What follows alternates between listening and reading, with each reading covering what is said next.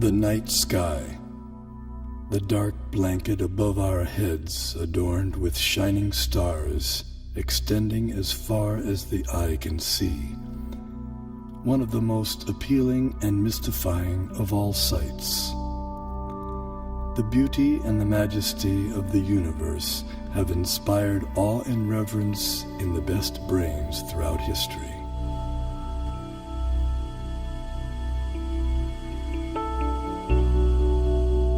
There is a perfect brain behind all the natural physical laws. This most beautiful system of the sun, planets and comets could only proceed from the counsel and dominion of a powerful and intelligent being.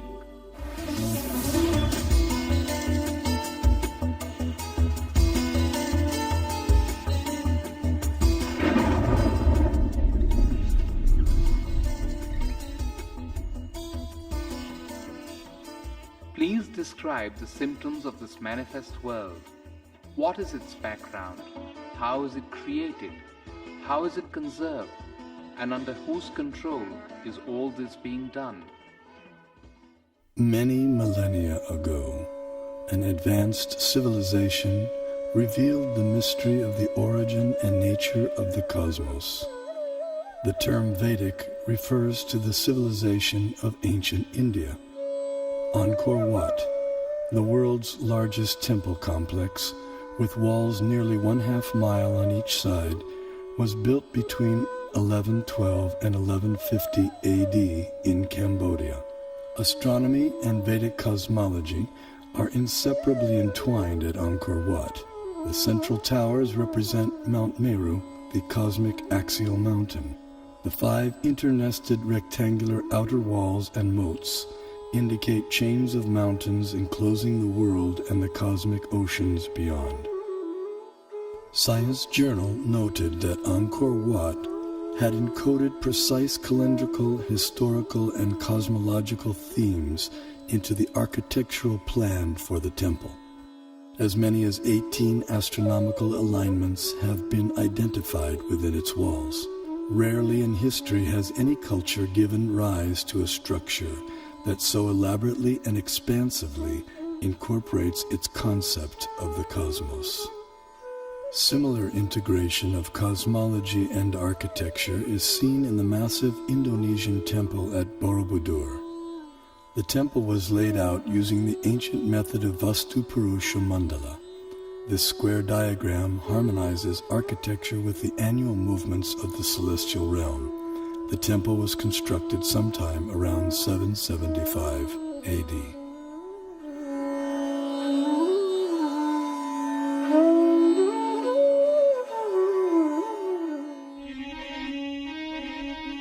His Divine Grace A.C. Bhaktivedanta Swami, also known as Srila Prabhupada, author of 84 books on Vedic knowledge and founder of the International Society for Krishna Consciousness and the Bhaktivedanta Institute.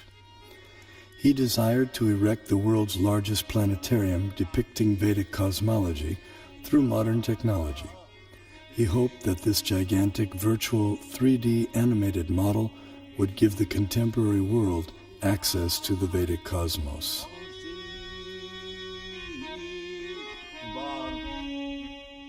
The Temple of Vedic Planetarium, we shall show the Vedic conception of planetary system within this material world and above the material.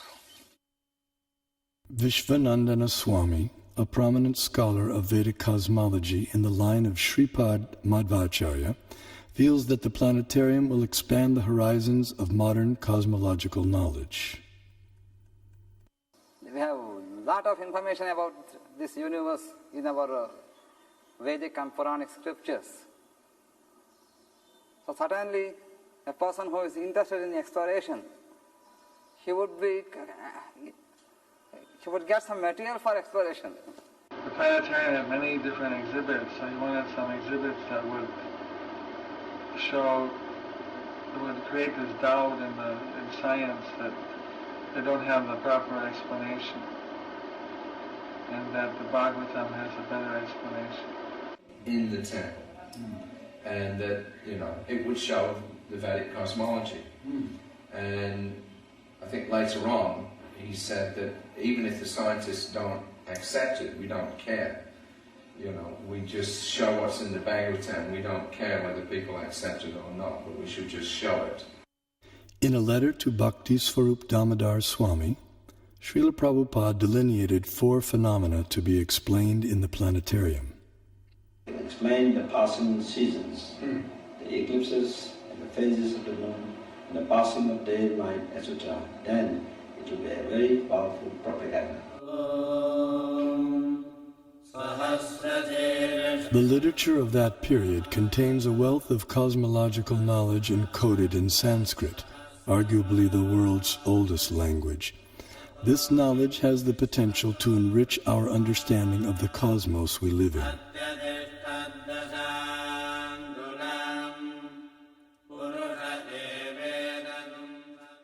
A fundamental principle of Vedic cosmology is the existence of a dual reality, material and non-material.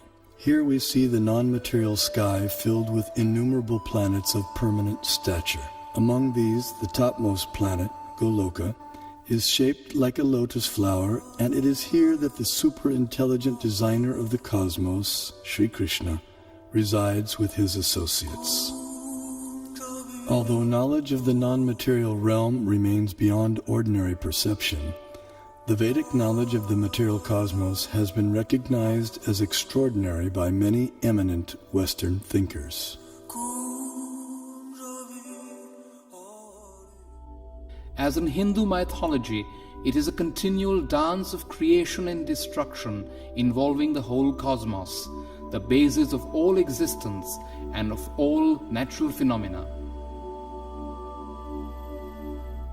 Long before it became a scientific aspiration to estimate the age of the earth, many elaborate systems of the world chronology had been devised by the sages of antiquity.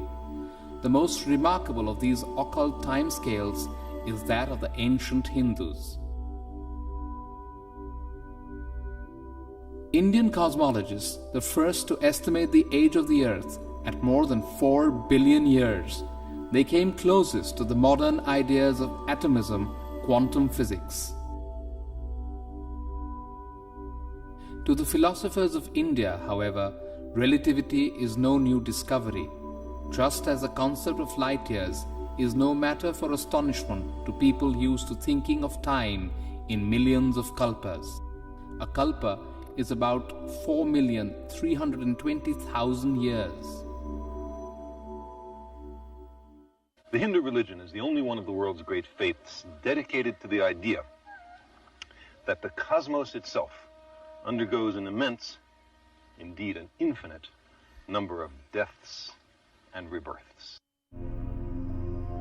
Thus, the Vedic literatures answer the question whether the cosmos always existed or it had a beginning. The temporal arena of repeated universal creations and destructions exists in a corner of the non-material sky.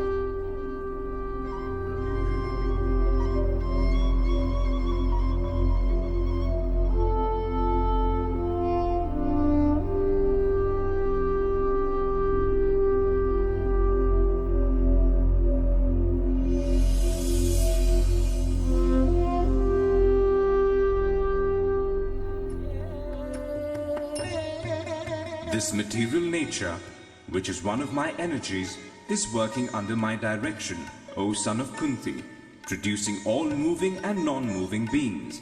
Under its rule, this manifestation is created and annihilated again and again. The only religion in which the timescales correspond, no doubt by accident, to those of modern scientific cosmology. Its cycles run from our ordinary day and night to a day and night of Brahma. 8.64 billion years long, longer than the age of the Earth or the Sun, and about half the time since the Big Bang. And there are much longer time scales still. The material universe works on the principle of relative time. As such, a day of Brahma equals 8.64 billion years by earthly calculation. Since Brahma has passed half of his lifetime thus far, the age of our universe turns out to be approximately 155 trillion years. After another Brahma century, he stirs, recomposes himself, and begins again to dream the great cosmic lotus dream. Here we behold a form of the superintelligent being Vishnu, reclining in mystic slumber amid the causal ocean. When he exhales, millions of universes issue from his body and expand, until he inhales when all the universes return within him. The universe is a sphere encased by successive coverings of the elements earth, water, fire, air, ether, intelligence, and ego. As a coconut has its hard outer shell and inner liquid, so the universe has its outer coverings and an inner space half filled with ocean water. On that ocean, another Vishnu expansion reclined on a serpent bed while being massaged by his consort Lakshmi.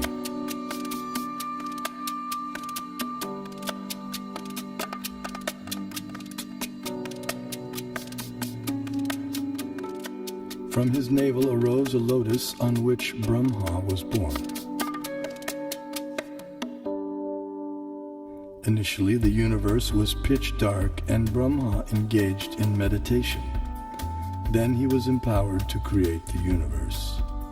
This account of creation may appear fantastic to some, but modern scientific theories also require fantastic leaps of faith to explain the origin of the universe. This is evident from the words of eminent physicist Stephen Hawking. Either we have failed to see 99% of the universe, or we are wrong about how the universe began. Vedic cosmology explains that the universe is made up of 14 vertically arranged planetary systems, or lokas. Each system resembles a galaxy and comprises stars, planets, and other celestial bodies. The topmost planetary system is Satyaloka, the abode of Brahma, which is at a height of 1.87 billion miles above Earth. Below the Satyaloka planetary system is the Tapaloka planetary system, the abode of the ascetics, which is at a height of nearly 1 billion miles above the Earth. Here the ascetics live in a solitary, serene environment conducive for yoga and meditation on transcendence. Their disciplined life of joyous austerity prepares them for returning back to the non-material world.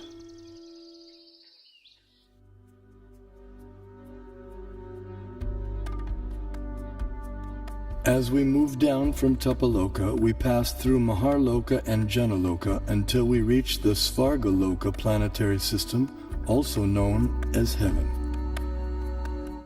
The alignment of heavenly bodies around the pole star was elucidated by Srila Prabhupada in a letter. We can see that at night, the whole planetary system is turning around. And the pole star being the pivot.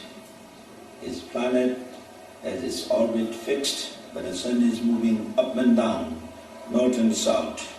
It is not that we shall accept the theory that the sun is fixed and others are all going around the sun. That is not correct.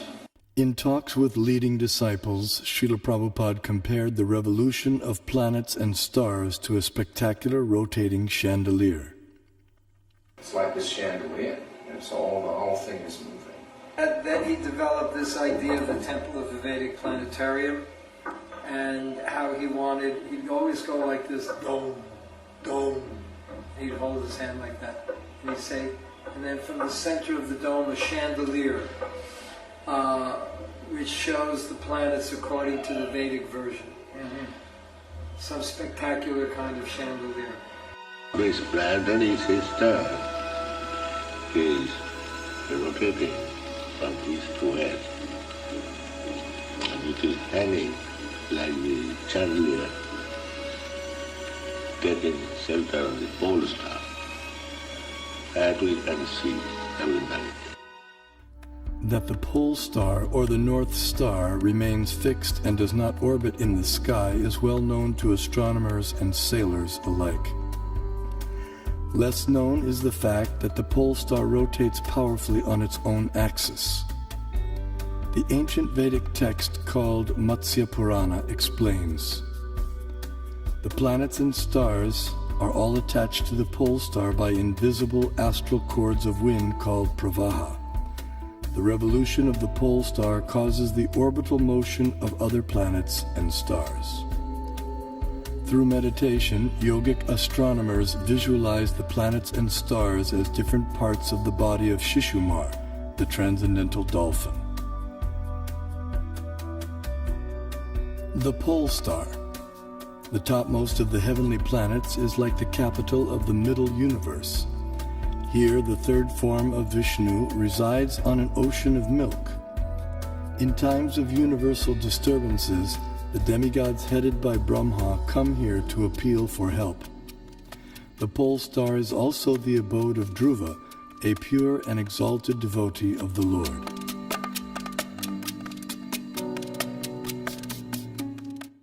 Now let's look at the workings of our solar system. The mainstream scientific notion has been to portray the solar system as heliocentric or sun-centered.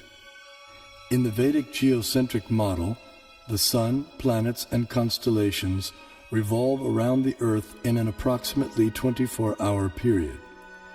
What may surprise many is that a geocentric or Earth-centered model is also capable of explaining the cosmic phenomenon with equal, if not better, accuracy, as is confirmed by many eminent scientists. Either CS could be used with equal justification. The two sentences, "the sun is at rest and the earth moves," or "the sun moves and the earth is at rest," would simply mean two different conventions concerning two different CS. We know that the difference between a heliocentric theory and a geocentric theory is one of relative motion only, and that such a difference has no physical significance. Obviously, it matters little if we think of the Earth as turning about on its axis, or if we view it at rest while the fixed stars revolve around it. Geometrically, these are exactly the same case of a relative rotation of the Earth and the fixed stars with respect to one another. Although the heliocentric model has been widely propagated, it has never been proven.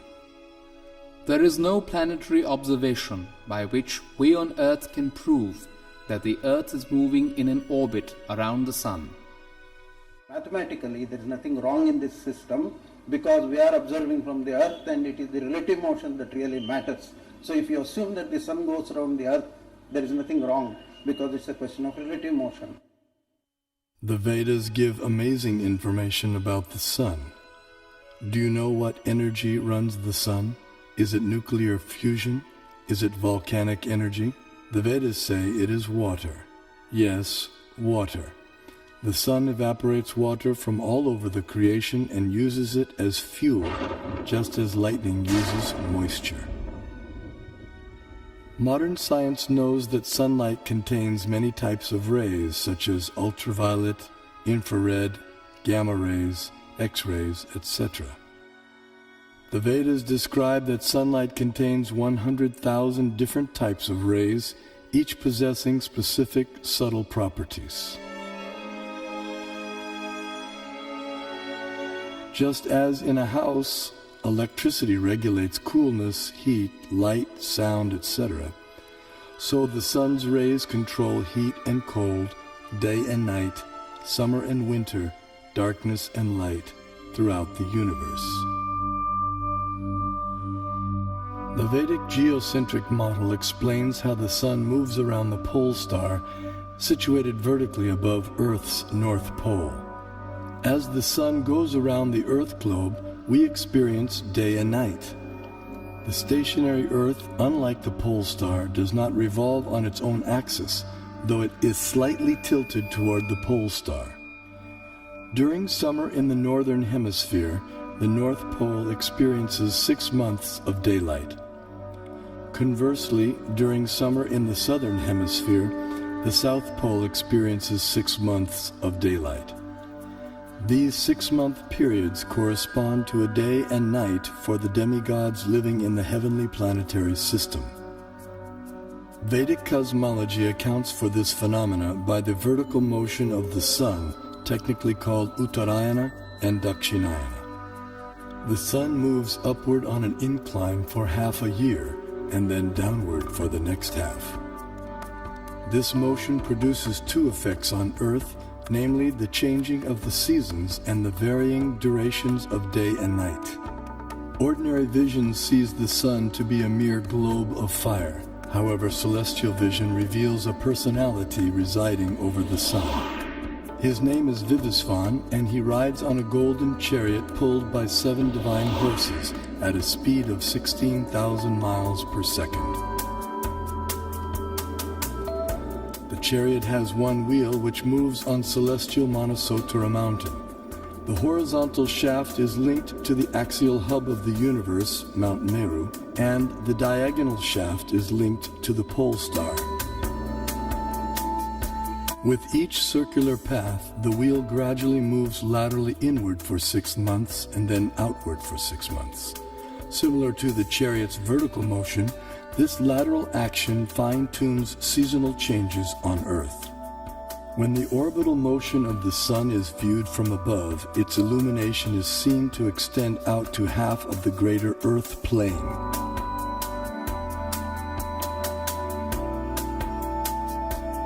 During its orbit, the sun passes over the 4 cities situated in the 4 cardinal directions. The city over which the sun is passing experiences noon, and the city in the opposite direction experiences midnight. The 2 other cities experience sunrise and sunset. The zodiac is a conceptual celestial plate encompassing the entire sky.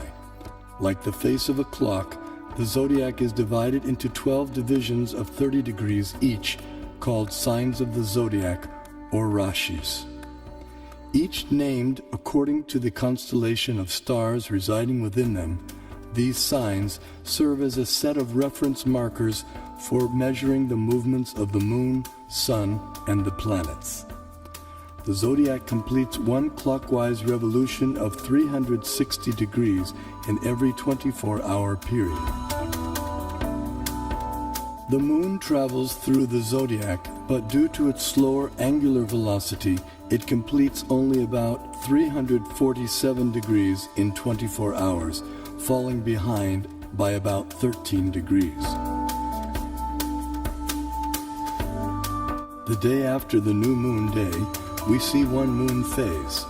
The next day, the moon again completes 347 degrees, and we see the moon in its 2nd phase.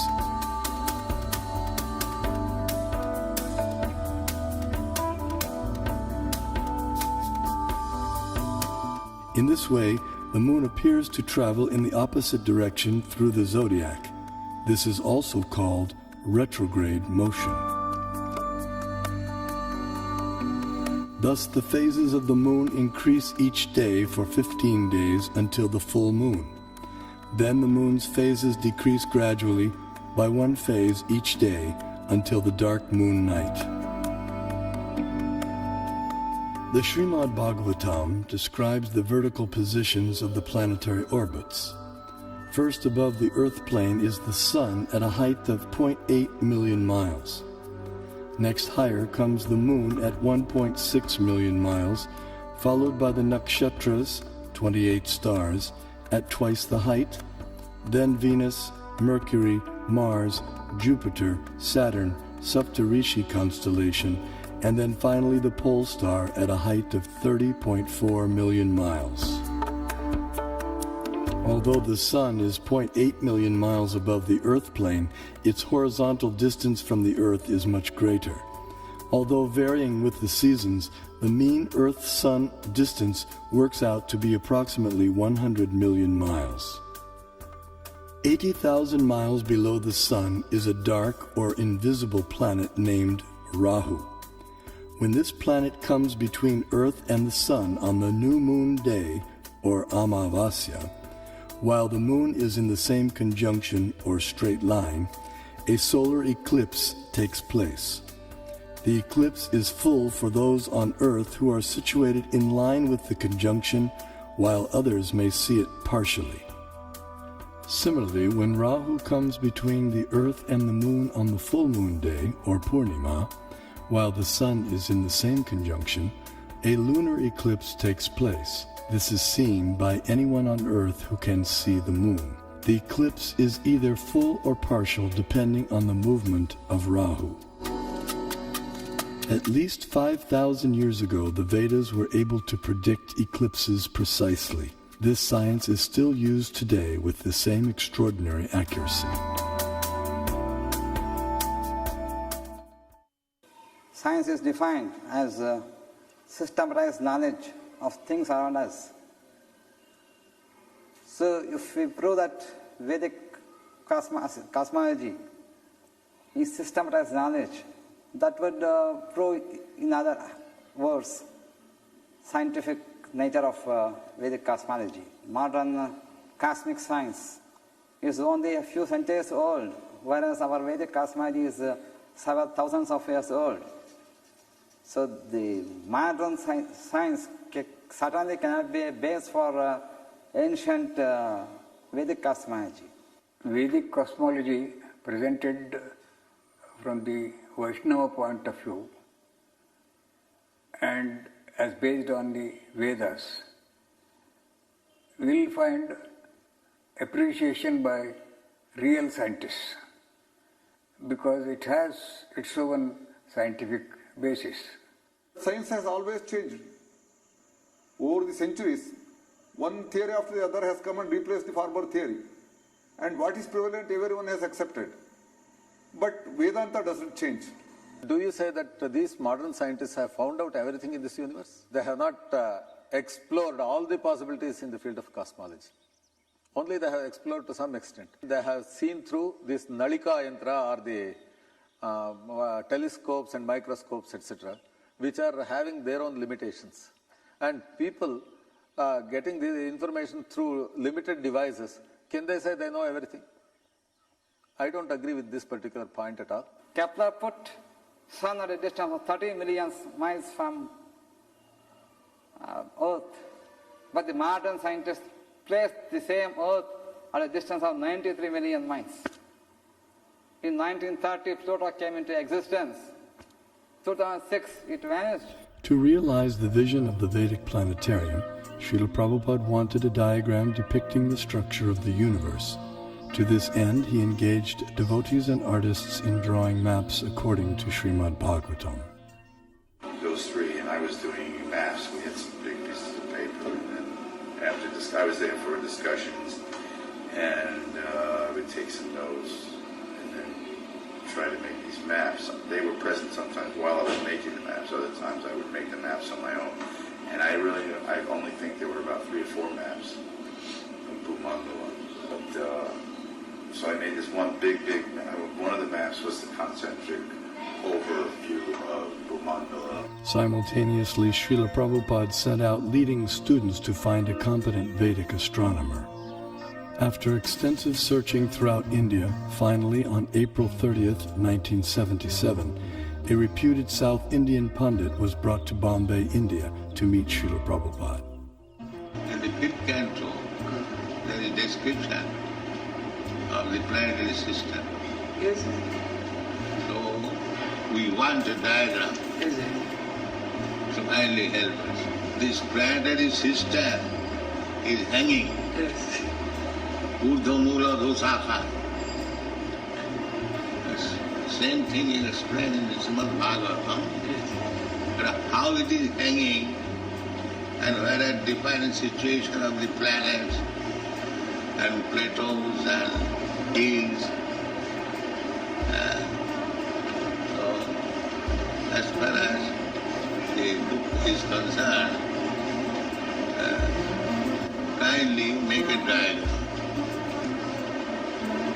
so that we shall exhibit.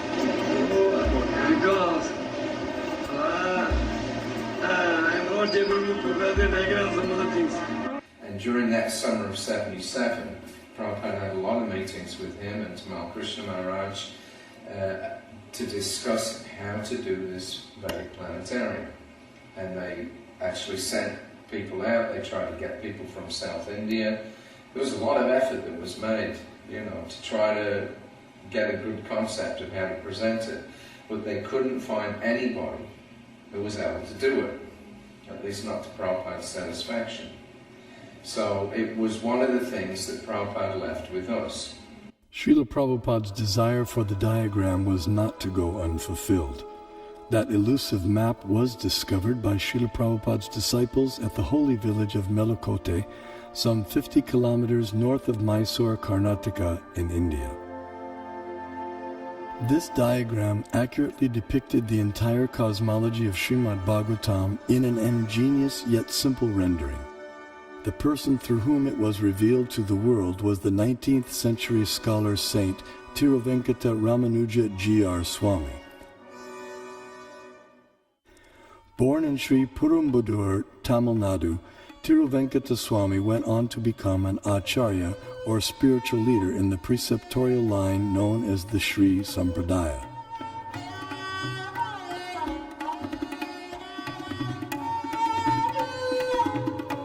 He spent several years of his life in Melakote, which 900 years earlier had been the residence place of Sripad Ramanuja Acharya, the most prominent acharya of the Sri Sampradaya. At Melakote, in the 1,000-year-old temple, Tiruvenkata Swami studied and taught the Vedas and also worshipped the deity of Tirucheluva Narayan.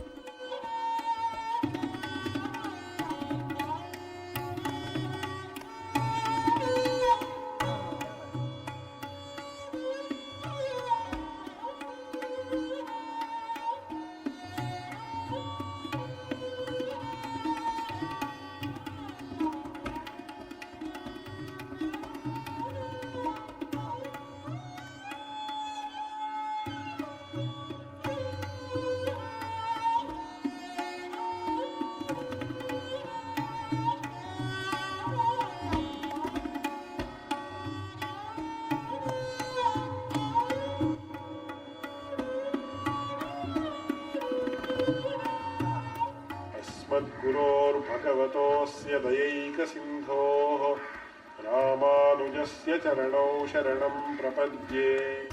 One day, while studying the Mahabharata, a 5,000-year-old epic of ancient India, he came across some intriguing verses. In the 5th chapter of Jambukanda, Bhishma Parva of Mahabharata, it is said, Sudarshanam pravakshami dvipastu gurunandana parimandalo maharaja dvipoyam chakra samstita yato hi purusha pashyet darshanam mukhamatmana evam sudarshana dvipo drishyate chandramandale dviramshe pippalastatra dviramshe cha saso mahan sarvaushadhi samavayes sarvata parivarita. This Bharat Khanda is called Sudarshana Dvip, since it looks beautiful to the eyes of the onlookers. Being circular, it looks like the disk of the Lord, and it is attached to cyclic time in the form of a disk presided over by Lord Sudarshana. Bharat Khanda is in the form of a globe, since all of its 4 corners are rounded like the bale fruit. When viewed from the moon, half of Bharat Khanda appears like the rabbit and a small peepal leaf, while the other half appears in the form of a big peepal leaf, with all of them surrounded by varieties of vegetation. Pondering the verses, he became perplexed. What on earth can a rabbit and peepal leaves have to do with geography or cosmography? As he sought to understand their meaning, he contemplated, meditated, and prayed.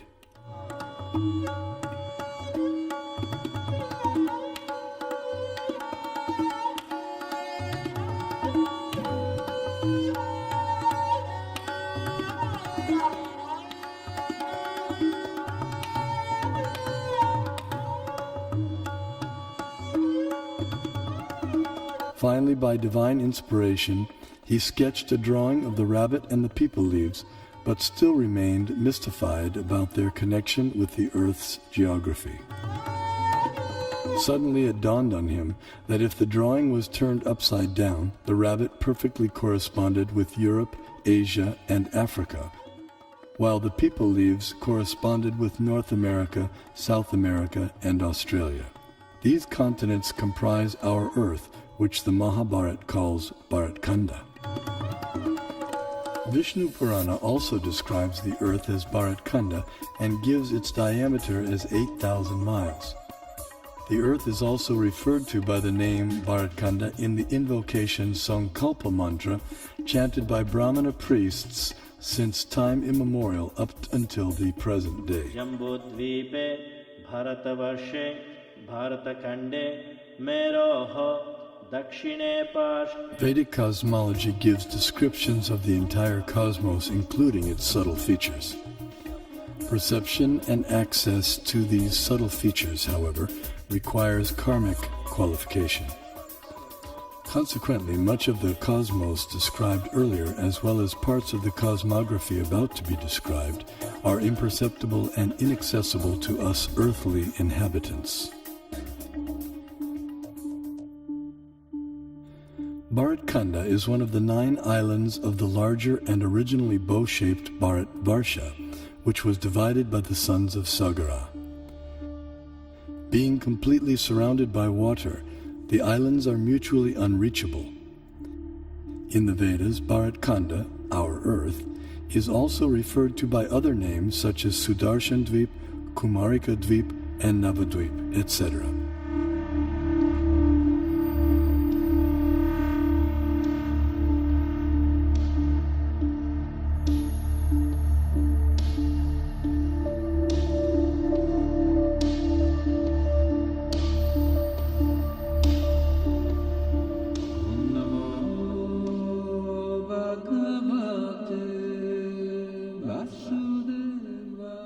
In Bharatvarsha, the famous mountains known as the Himalayas are tall and immovable.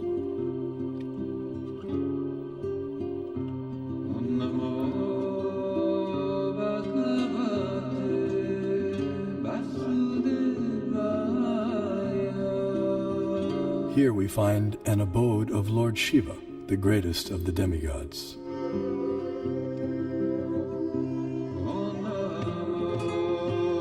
In the center of Jambudvip stands the most extraordinary divine golden mountain called Meru. Meru is shaped like an inverted cone, and it is the sporting place for the demigods. Around Meru are many supporting mountains called Kesara. Jambudvipa is 0.8 million miles in diameter and is surrounded by the saltwater ocean of the same width. On top of Mount Meru is a resort of Brahma called Manovati. The famous celestial river Ganges descends to the center of Manovati and then flows out into 4 directions. Surrounding Manovati in the 8 directions are the resort cities of the chief demigods. One of these cities is Amaravati, the resort of Indra, king of heaven. King Indra lives here in majestic opulence, attended to by musicians, dancers, and reciters. This is what you call as Brahmasagana, the place of the palace. Knowledge of Meru and the cosmography of the greater Earth has been preserved and taught carefully by learned scholars in the preceptorial line known as the Madhva Sampradaya.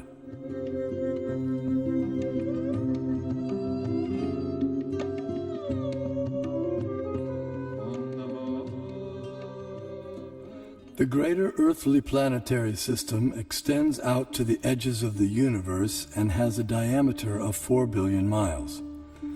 Known as Bhumandala, shaped like a lotus flower, it has 7 concentric islands and oceans with Mount Meru as its pericarp.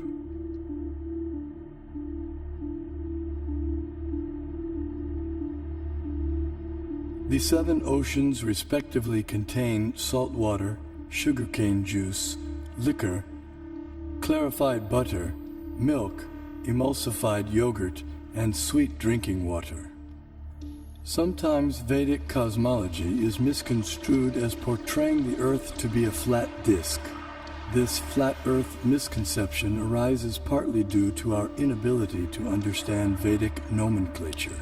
A single object may be referred to by several names, and a single name may refer to several objects.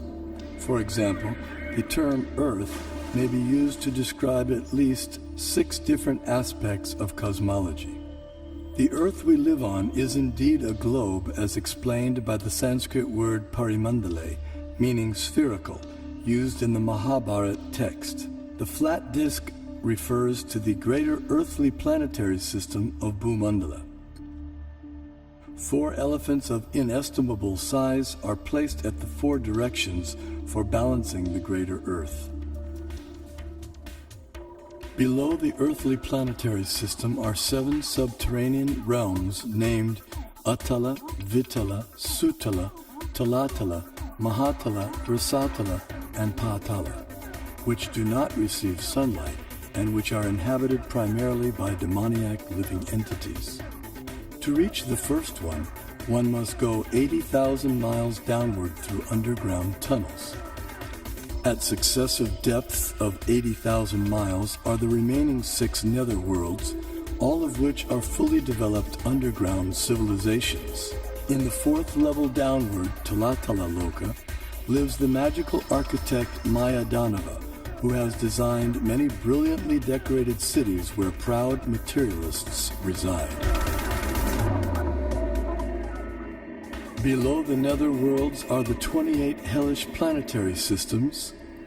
The demigod of justice, Yamaraj, judges the unrighteous human beings after their deaths and sends them to one of these planets.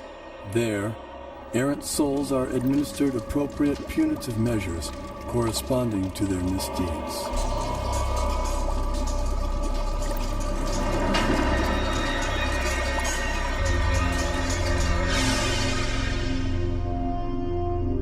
The earthly and subterranean planetary systems rest upon one of the hoods of the gigantic divine serpent, Shesha. Shesha in turn is held up by the colossal transcendental tortoise, Kurma. And Kurma resides in the ocean that fills half the universe.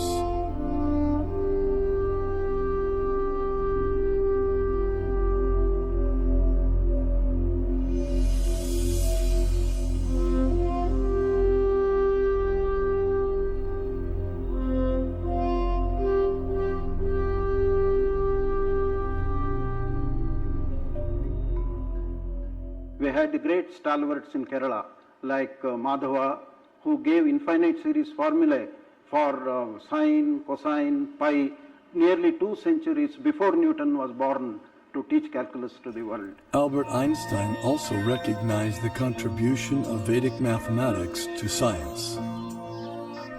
We owe a lot to the Indians who taught us how to count, without which no worthwhile discovery could have been made. Vedic cosmological knowledge is revealed in 2 primary texts, namely the Puranas and the Jyotisha. Among the Jyotisha texts, the Surya Siddhanta is prominent and gives precise mathematical formulae for calculating planetary motions. The Surya Siddhanta contains extraordinary astronomical calculations which predate modern science itself. However, many contemporary scholars have been unable to understand Puranic cosmology. Nevertheless, detailed studies of both texts show that their foundational astronomical principles are identical. For instance, both calculate atomic time as the time it takes for the sun to pass over an atom. Similarly, both texts calculate the frequency of planetary revolutions in terms of their retrograde motion with respect to the zodiac. Furthermore, the apparent contradictions between the 2 texts are resolved by using the formula for converting the actual distances recorded in the Puranas into angular velocity stated in the Jyotisha. This Surya Siddhanta, originally spoken ages ago by Surya, the sun god, was translated and commented upon in the 20th century by the brilliant astronomer named Bimala Prasad Siddhanta Saraswati. The Vedic thought should be preserved. If you are not able to interpret, someone will interpret at a later stage. After a millennium, let someone come and interpret. We have to preserve that. The Vedic thought, Vedic knowledge has to flow from generation to generation. I feel that there should be a planetarium strictly according to Vedic cosmology, and once the planetarium is constructed, probably at least we'll give a chance to those people to comment upon it and to discard it or to accept it, etc. Vedic planetarium apparently appears to be different from the ideas of the modern scientists. But what is more important is whether Vedic planetarium idea by itself is scientific. If it is scientific, the modern scientists will have to revise their ideas about their own planetarium. That is, planetary is required, and all these things give you a vast knowledge of the universe, and so on for so many people. So you are one way. You are the one, not only the person to enjoy, you will allow all others to know about it. So that is really a commendable work and has to be done. If you construct a planetarium, according to our Bhagavatam, so a Westerner who is wise and who is after discovery, certainly he will be interested in this. There is a famous proverb, one figure is worth 1,000 words. I think I can extend this proverb. One model is worth 1,000 figures. Even if you put a number of figures, you will not get the correct picture. So if you consider a three-dimensional model, certainly we can perceive things better. Albert Brush Ford, the great-grandson of automobile magnate Henry Ford, speaks about how he became involved with the Vedic planetarium. I was in Detroit in 1976. We had purchased the Bhaktivedanta Cultural Center and had spent a year getting it fixed up, and Prabhupada came for a visit. And so it was his first visit there, and he was entertaining some guests up in his room at the Cultural Center. And he was explaining to them about the Vedic planetarium. And so after he talked to them for a while, he turned to me and he said, so how do you like this idea about Vedic planetarium? And I said, that's a very nice idea, Srila Prabhupada, because it sounded like a very interesting idea. And so he said, kind of half jokingly, okay, you can help finance. You know, and then we all laughed, myself and some of the other devotees had a good laugh. And just at that moment, someone took a picture. So I had, at home, I have that picture sitting on my desk. So at that moment, Prabhupada planted the seed that I should be involved in helping to finance the Temple of Vedic Planetarium. So 30 years later, here I am.